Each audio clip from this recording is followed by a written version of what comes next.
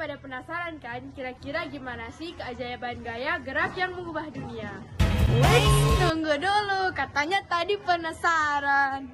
Stay tune karena kita bakal kupas tuntas. Jangan kemana-mana ya, tetap bersama kami.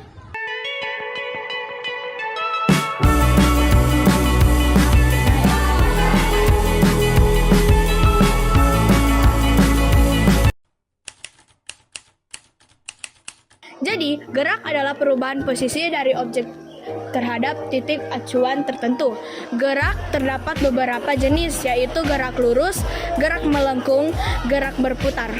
Kecepatan dan percepatan adalah dua besaran penting di gerak. Kecepatan adalah perubahan posisi objek persatuan waktu, sedangkan percepatan adalah perubahan kecepatan objek persatuan waktu. Gaya adalah interaksi yang dapat menyebabkan perubahan keadaan gerak suatu objek.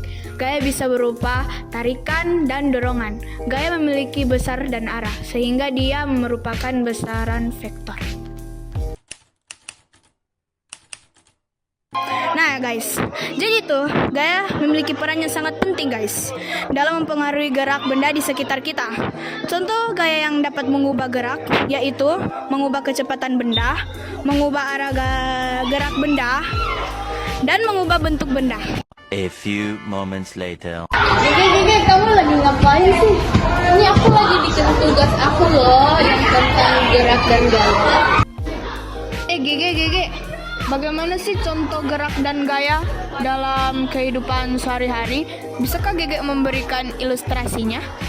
Nah, contohnya itu seperti mengendarai sepeda, menendang bola, bermain ketapel, bermain jungkat-jungkit, dan seperti mengangkat atau mendorong sebuah benda yang bermassa.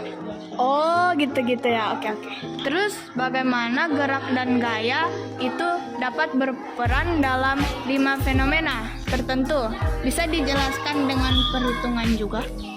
Nah, yang pertama itu saat kita berenang, kita kan memberikan gaya dorongan dengan menggunakan tangan dan kaki kita. Itu termasuk pada hukum Newton ketiga, karena saat kita berenang, kita mendorong air ke belakang dengan tangan, serta air juga memberikan dorongan ke depan, sehingga perenang tersebut dapat bergerak maju ke depan. Yang kedua, itu saat buah mangga jatuh dari pohonnya. Mangga yang diam di pohon akan terus diam sampai ada gaya luar yang mengubahnya. Setelah terlepas, gaya gravitasi menjadi gaya luar yang menyebabkan mangga dapat bergerak ke bawah. Itu termasuk pada hukum Newton pertama.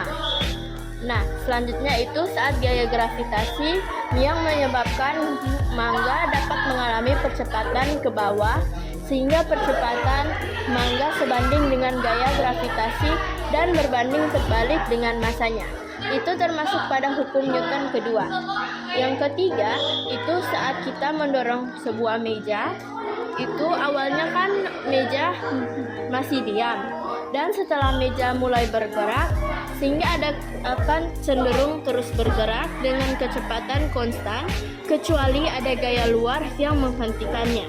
Itu termasuk pada hukum Newton pertama. Yang keempat itu saat kita mengendarai sebuah sepeda yang bergerak, dan saat bergerak memiliki kecepatan konstan, itu termasuk pada hukum Newton pertama. Saat kita mengayuh, massa sepeda dan percepatan yang dihasilkan itu termasuk pada hukum Newton kedua. Dan saat terjadinya gaya aksi-reaksi antara kaki dan pedal, serta antara ban dan tanah yang memungkinkan sepeda dapat bergerak maju, itu termasuk pada hukum Newton ketiga. Dan terakhir itu saat pena yang berada di atas meja itu akan tetap diam sampai ada yang akan mendorong pena tersebut, itu termasuk pada hukum Newton pertama. Oh oke, cukup panjang ya, tapi tidak apa-apa lah. Rafe, kamu lagi ngapain? Saya lagi ngelap meja soalnya mejanya kotor. Itu kayak gaya gesek gak sih? Iya, gaya gesek dapat menyebabkan kerugian dalam kehidupan sehari-hari.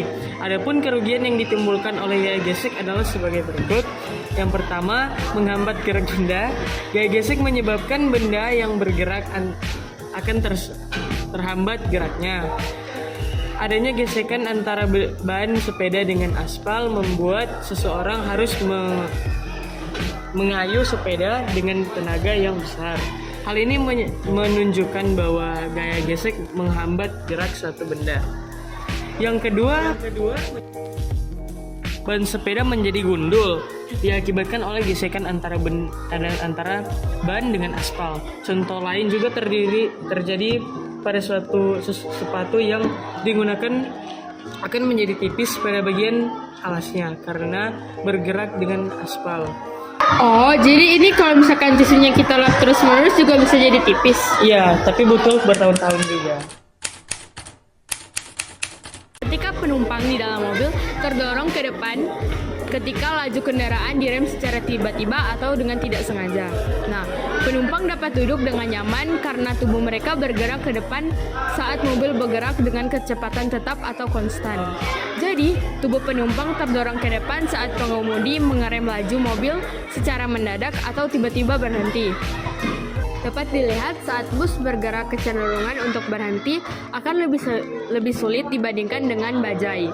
Karena bus memiliki kelembaman yang lebih besar, sehingga gaya untuk menghentikan bus tersebut akan lebih besar dibandingkan bajai. Ketika kamu mencoba untuk mengayuh perahu di udara, jika kamu menggerakkannya dayung ke belakang, perahu akan bergerak maju.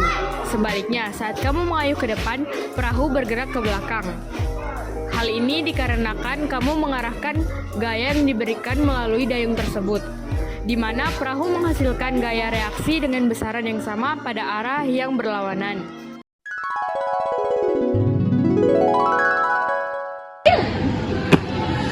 Lalu, apa sih hubungannya antara gaya, massa, dan percepatan dalam kehidupan sehari-hari?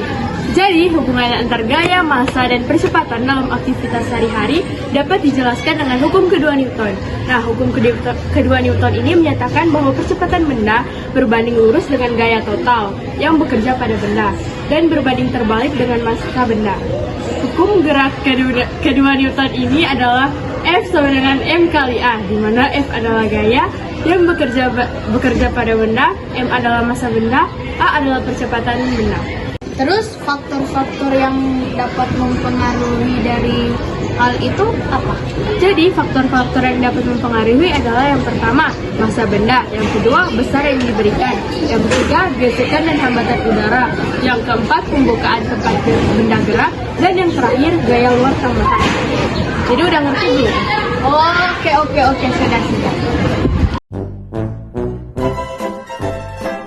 Jadi dengan melihat video ini kami berharap agar kalian dapat memahami lebih dalam tentang apa itu gaya dan gerak serta bagaimana keduanya dapat memengaruhi kehidupan sehari-hari kita manusia.